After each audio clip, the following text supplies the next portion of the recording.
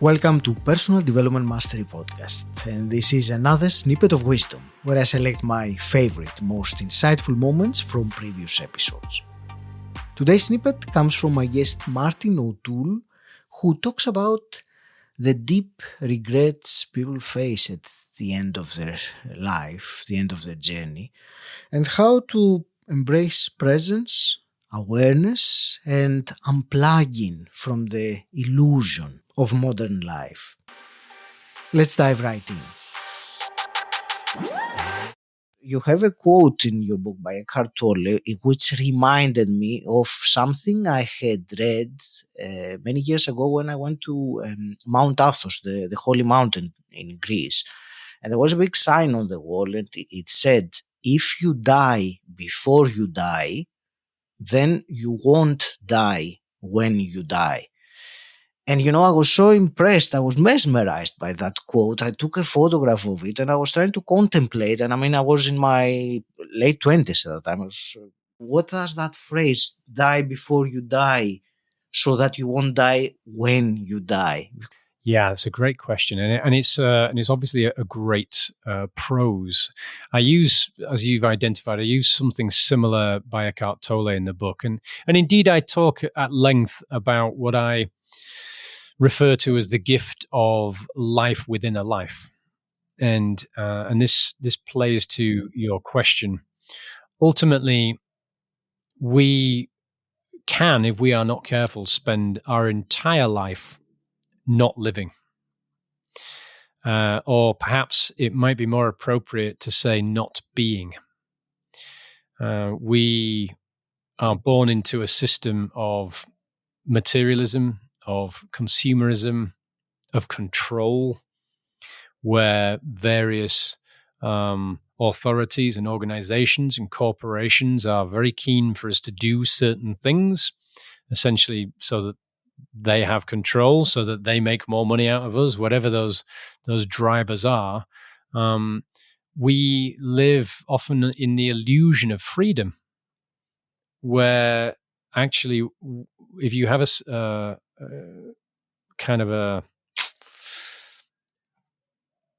series of events like happened to me, then suddenly you're able to step back from it all and start to see the illusion of life. I'm not saying we all live like this, of course. I'm just saying it's a possibility for so many of us. Ultimately, it's what I call life on the hamster wheel. It's what the movie The Matrix really talks about. There's a chapter in the book called Was The Matrix a Documentary?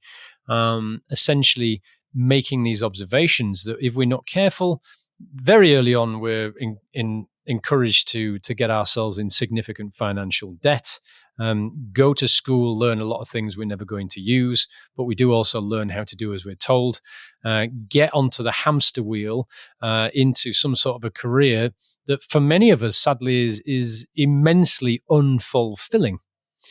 And we give ourselves 2, maybe 3 weeks holiday a year, which is absolutely insane if you think about how hard we work. And then we wait until we're 65 until we can actually start living. So this really gets to the whole premise, and that is that is not a life. Now, I'm sure some people would say, "Well, it is." Okay, yes, it's a degree of living. Of course, it is, but it's not what it could be. It's not all that it can be. And I know that from personal experience, and just from the simple fact that since I unplugged myself from the Matrix and I left London and moved to Bali, I'm actually surrounded by like-minded individuals who have decided, no, that's not the life I want, actually. So, and there are obviously lots of different ways to do it. So it's the idea that if you can actually see past the illusion of what life is positioned as, and genuinely then learn these incredible skills of acceptance, awareness, presence, gratitude, the alchemy of mindfulness, if you like, then you're living in a different way. And when it comes to actually dying, and this is obviously part and parcel of the book's concept, the idea is if you have lived in such a way, then you are most you are most certain to die with few to no regrets.